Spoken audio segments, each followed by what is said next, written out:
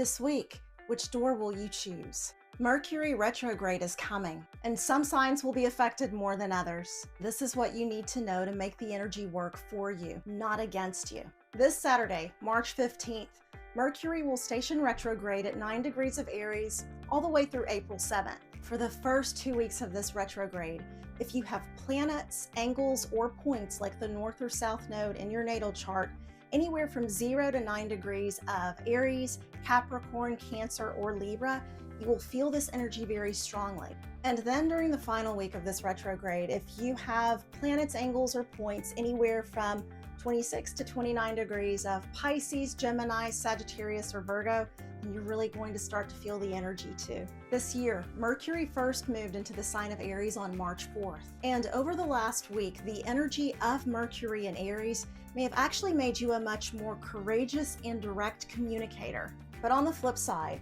you could have also used that energy to impulsively say things that you later regretted. But now, as Mercury goes retrograde, we are all being invited to slow down and really reflect on our communication patterns in our relationships. Also, keep in mind, when it comes to projects you've been working on or travel, there could be delays. Patience during this time is absolutely crucial. But here's the secret no one is talking about.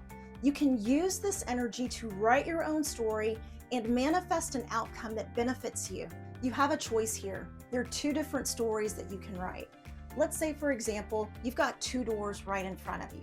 If you want story number one, you have to walk through door number one. And door number one is all about using this energy intentionally. And your story would be, I really used this retrograde period to slow down and reflect and reorganize and reprioritize the things in my life. I also thought about my relationship patterns and what I needed to change as far as how I relate to people.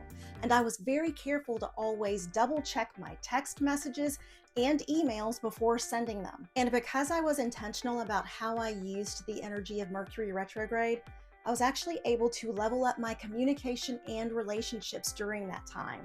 The second door represents not using the energy of Mercury retrograde in an intentional way. And if you walk through that door, this could be your story.